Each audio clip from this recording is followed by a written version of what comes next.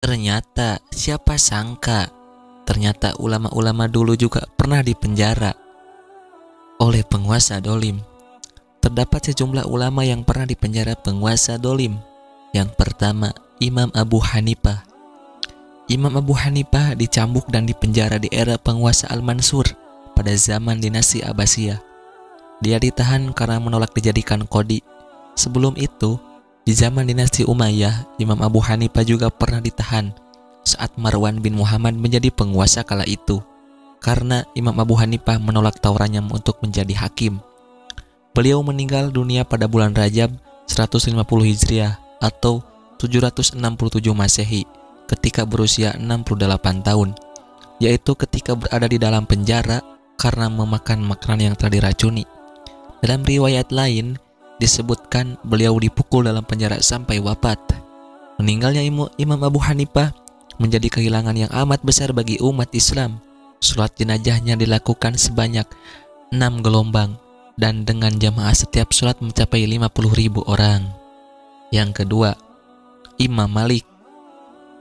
Imam Malik pernah dihukum gubernur kota Madinah pada tahun 147 Hijriah. Beliau dihukum karena mengeluarkan fatwa bahwa hukum talak yang akan dilaksanakan penguasa tidak sah.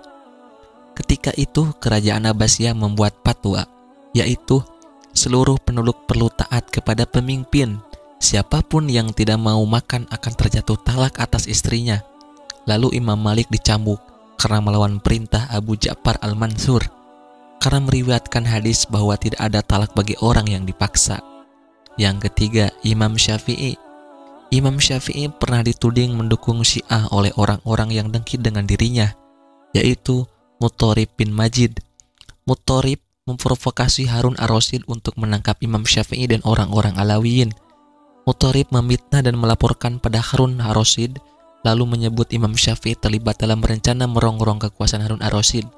Kemudian Imam Syafi'i ditangkap, tangan dan kakinya diikat dengan rantai, lalu diarak-arak di jalanan sebagai sosok yang tertuding melawan kekuasaan negara. Namun, Khalifah Harun ar-Rasyid adalah sosok yang cerdas dan bijaksana. Tuduhan bahwa beliau seorang yang terlibat sebagai bagian dari Syiah yang diduga merencanakan konspirasi perlawanan ternyata tidak terbukti. Kemudian Imam Syafi'i dilepaskan.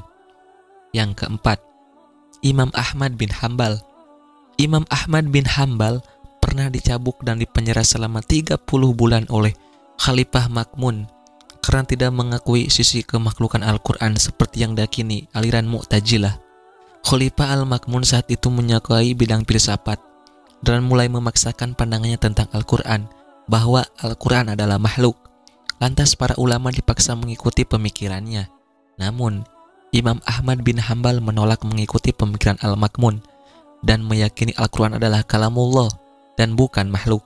Setelah itu Imam Ahmad dipenjara lalu bebas setelah Khalifah Al-Mutawakkil menjalankan kekuasaannya. Yang terakhir, Ibnu Taimiyah. Ibnu Taimiyah juga pernah dipenjara di Kairo lalu diasingkan ke Alexandria karena perbedaan pendapat dengan ulama lain yang sejaman kala itu. Setelah bebas, ia berangkat ke Syam dan mengajar di Damaskus. Namun di sana dia kembali berbeda pendapat dalam hal persoalan sumpah dengan talak.